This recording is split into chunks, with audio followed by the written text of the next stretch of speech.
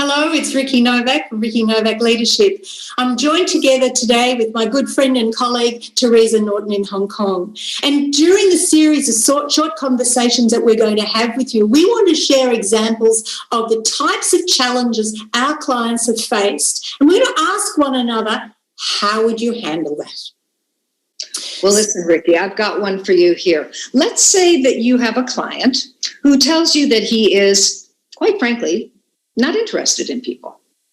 This fellow who's in his late 50s, quite senior, multinational pharmaceuticals company, happy to talk about politics, the news of the day as it relates to work, whether that is with his team members, a colleague, a client, or a member of his board. But he says himself, I don't see any point in making small talk with them. I'm not a bad person. I just don't have any interest in them beyond work. Even my wife complains that I talk about work when socializing. And I don't see the problem. Well, look, Ricky, of course, he sees a problem. He wouldn't be bringing it up in a coaching session if he didn't see it was a problem. So I got to ask you, my friend, how would you handle that?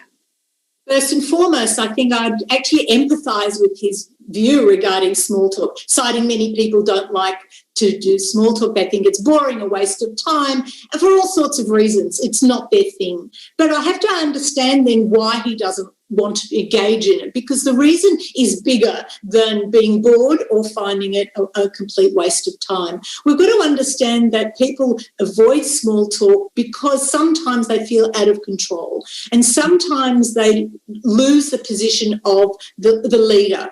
So the way I'd handle it is find out what is it about the small talk that bothers him and see if I can get clarity and help him through how to have those conversations. But that's important, but it's not the main thing. The main thing is to understand or help him understand that it's important to understand the world of his staff outside the work they do. Almost more importantly than understand the work they do internally. Because if it is important for them and he's discrediting that time or their energy, they will lose the compassion to work with him on certain levels. And that's the key point that I would really point toward in the coaching. Understand the world of your player outside the work they do for you. And that's where I'd go with it.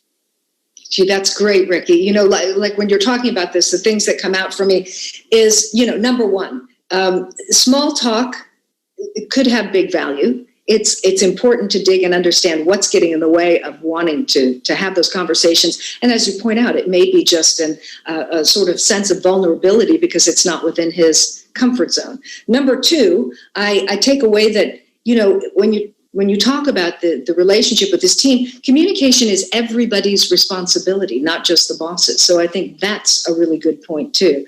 And the final thing that I really liked about what you said was about this understanding the world of your people outside of work. Having a holistic understanding of the people that you lead is hugely important. It helps to give them that sense of purpose and being able to bring them their whole selves to work. So I think that's great. And I thank you so much for that. Great. Thank you, Ricky, for sharing that. And listen, thank you for joining us for this program. We share our experience of working with leaders as a way to learn from one another. That's what Ricky and I do. And look, our approaches are different from each other's and will likely be different from the way that you would handle a similar situation with a client. While we've had great success with our respective approaches, this is not intended to be advice. And we encourage you to resolve challenges in the workplace in whatever way feels effective and authentic for you. And look, by all means, do join in the conversation. Comment below. We'd love to hear from you. We serve by sharing, and we learn by listening. See you next time.